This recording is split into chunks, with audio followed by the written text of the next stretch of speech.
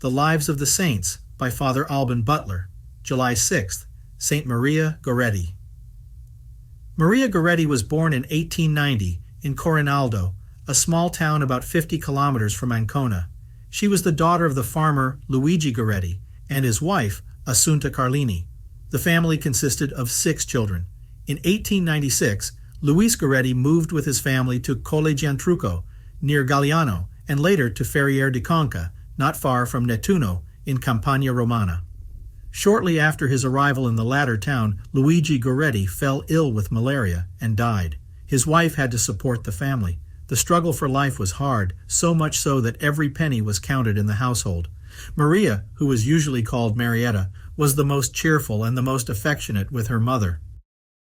One warm evening in July 1902, Maria had sat at the top of the stairs of the house mending a shirt. Although she was not yet 12 years old, she was already quite a little woman, for in Italy, girls develop faster than in the Nordic countries. A cart stopped in front of the door of the house, and a young man of 18 named Alessandro, a neighbor of the Goretti family, quickly climbed the stairs.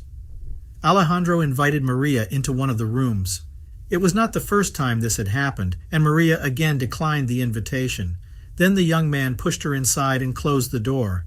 Maria resisted and tried to call for help, but, as Alexander held her by the neck, she could barely mumble her protests and swear that she would rather die than give herself up to him. Hearing this, the young man tore the girl's dress and stabbed her brutally. Maria fell to the ground crying for help. Alexander stabbed her once more in the back and fled. The young woman was transported to the hospital in an ambulance, but her condition was desperate. The last hours of her life were moving. She received with childlike naivety the Holy Viaticum. She tried to persuade her mother to get some rest, and she forgave her assailant wholeheartedly. She also confessed that she had long been afraid of Alexander, but that she had not said anything so as not to cause discomfort to her family. Her death took place 24 hours after the assault. The young woman's mother, the parish priest of Nettuno, a Spanish noblewoman, and 2 nuns, had remained at her bedside all night. Alessandro was sentenced to 30 years in prison.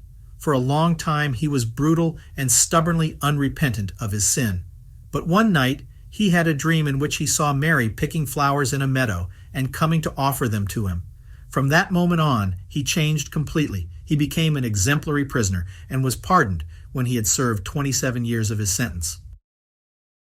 In the meantime, Maria Goretti's fame had spread throughout the world, and the Christian people began to hear news of the holiness of the life that the young woman had led before her premature death.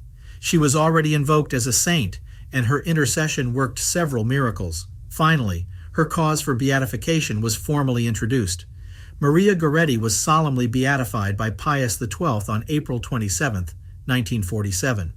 The Supreme Pontiff went out onto the balcony of the Vatican, accompanied by Maria's mother, who was then 82 years old, and by 2 of her sisters and 1 of her brothers.